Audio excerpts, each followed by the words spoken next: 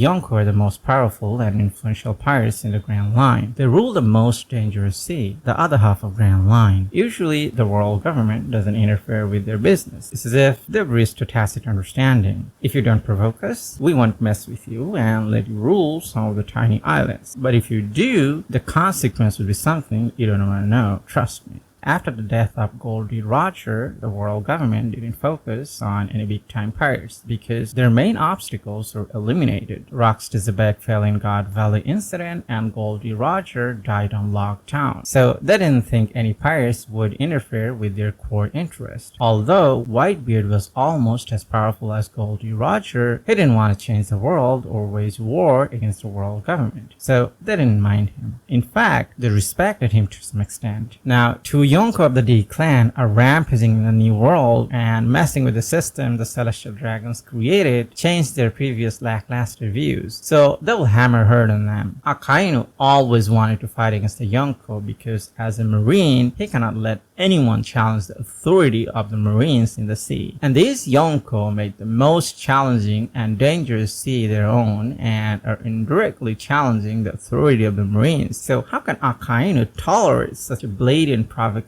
He'll make sure that in the sea, the Marines' authority remains unquestionable. Now, the emergence of 3 members of the D clan and their sudden growth has even alarmed Imusama. So now Akainu and the Gorosei are on the same page. They'll do everything they can to curb the power and influence of the Yonko and claim the other half of Grand Line. Ever since the introduction of Supernovas, Oda wanted Eustass Captain Kidd to do something big. But because of the popularity of Trafalgar Law, Oda included him in the mix.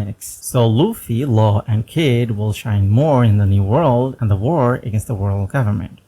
Now, let's take a look how Kidd and Law fought against Big Mom and how much each of them contributed. I'll be honest with you guys. I think Big Mom was the weakest of the 4 original Yonko. It's not my offhand comment, it's based on the facts. See, Whitebeard and Kaido could imbue Conqueror's Haki with Armament Haki and amplify attack power. And I think all of you would agree that Shanks can do it too. However, we didn't see Big Mom using it, not to the extent of Whitebeard or Kaido's level. She just relied on her muscle power. I mean, no special techniques or fancy moves. I mean, moves that require Conqueror's Haki coding. Against her, Eustass Kidd injured her externally and Trafalgar Law did it internally. She suffered more from Trafalgar Law's attacks because it's so weird and unavoidable. Until now, no Yonko was defeated in a fair fight. Whitebeard died on Marineford, but he wasn't healthy. Even if he didn't participate in the war, he would have died within a couple of years anyway. And for someone like Whitebeard, dying on a bed would be so humiliating. He died a glorified death in the Marineford War. Even Blackbeard didn't become an emperor defeating any Yonko. So Kidd and Law's fate speaks for itself. Now, here's the thing. Do Kidd and Law qualify to become the new Yonko? I mean, Yonko needs to have a territory, but Law doesn't have any. Kidd did have one, but he was destroyed by a monster called Kaido. So do they qualify to become the new emperors? I think Mihawk can defeat a Yonko all by himself. And if he did defeat one, will the government call him a Yonko? Perhaps you need a crew and a territory to be recognized as a Yonko. So Mihawk doesn't fit in because he likes tranquility over anything else. Even though Kidd and Law don't have any territory at the moment, they'll have him after they leave Wano. So they're legit Yonko candidates. Blackbeard's bounty is just over 2.2 billion berries. Perhaps the bounty threshold to become a Yonko is 2 to 2.2 billion berries. Since he didn't challenge any Yonko, he barely crossed the threshold. But Kidd and Law are different. They defeated a legit Yonko, so their bounty should reflect it as well. I think Kidd's bounty would be 2.4 billion berries. But Trafalgar Law's bounty would be a bit higher. It's because of 2 factors. One is he contributed most in this fight. And the other one is he's a member of the D clan. It's possible that Sengoku informed the world government that Law is also a member of the D clan. Even if it didn't, the world government has their own ways. So in the bounty poster, we'll see his full name, Trafalgar D. Water Law, and his bounty would be around 2.5 billion berries. It's difficult to assess the bounties, but hey, we'll know in a few days anyways, so it doesn't matter.